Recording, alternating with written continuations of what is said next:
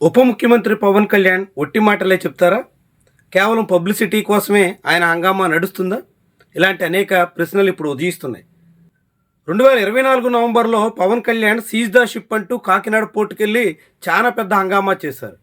చాలా పెద్ద హైడ్రామా నడిపారు. అది ఒట్టి డ్రామాగానే మిగిలిపోతుంది. ఎందుకంటే ఇప్పటికీ అనునిత్యం రేషన్ బియ్యం మాఫియా యథేచ్ఛగా సాగిపోతుంది. ఎక్కడా నియంత్రించగలిగిన పరిస్థితి అయితే లేదు.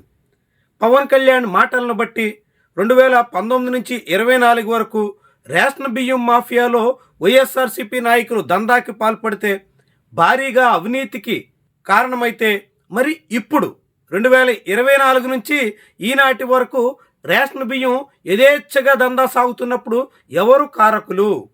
ఎవరు మామూళ్ళ మత్తులో మునిగి తేలుతున్నారు?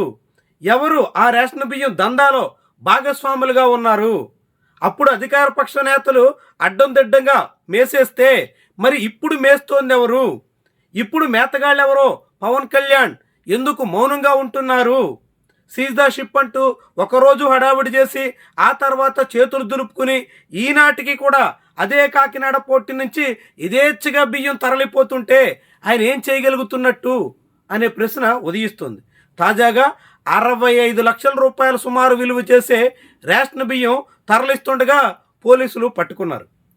విజిలెన్స్ అధికారులు తనిఖీ చేసినటువంటి ఆ రైస్ మిల్లులో ఎటువంటి అవకతవకలు లేవని తేలిస్తే అదే రైస్ మిల్లుల నుంచి భారీగా పీడిఎస్ బియ్యం విదేశాలకి అక్రమ రవాణా అవుతుండగా పట్టుకోవలసిన పరిస్థితి వచ్చింది.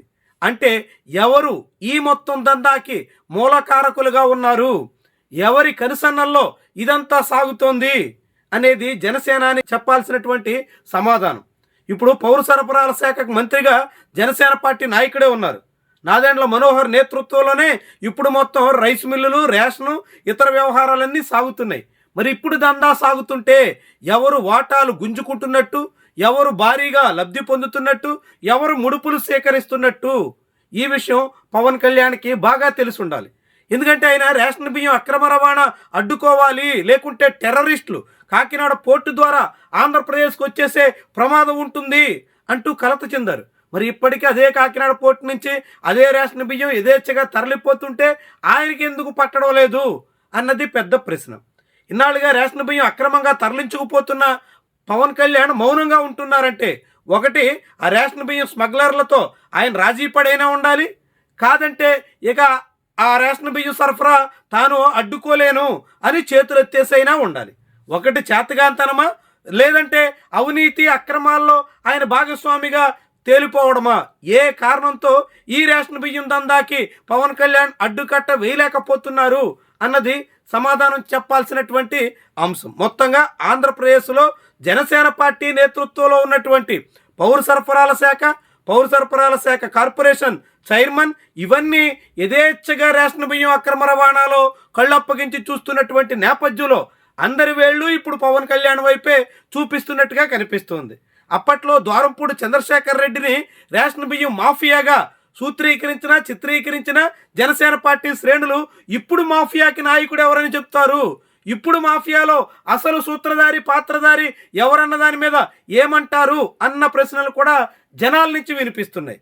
ఎందుకంటే పిఠాపురం అసెంబ్లీ నియోజకవర్గంలోనే జనసేన పార్టీకి చెందినటువంటి నాయకుడు నేరుగా రేషన్ బియ్యం అక్రమంగా తరలించుకుపోతుంటే జనసేన పార్టీ శ్రేణులే అడ్డుకోవడం, అనేక రకాల కేసులు కూడా కావడం, ఇదంతా ఈ కాలంలో జరిగినటువంటి వ్యవహారం. అంటే ఇప్పుడు రేషన్ మాఫియాకి, రేషన్ దందాకి నేరుగా జనసేన పార్టీయే కారణమవుతుందా? జనసేన నాయకత్వం నేతృత్వంలోనే ఇదంతా నడుస్తుందా అనే ప్రశ్నలు కూడా ఉదయించక మానవు. మొత్తంగా సీజ్ ద షిప్ డ్రామా అంతా తన రాజకీయ ప్రయోజనాల కోసం, తన ఆర్థిక వ్యవహారాలు చక్కదిద్దుకోవడం కోసం మొత్తం మాఫియా తన కనుసన్నల్లోకి తెచ్చుకునే యత్నంలో భాగమేనా అనే ప్రశ్నలు కూడా ఇప్పుడు ఉదయించక మానవు.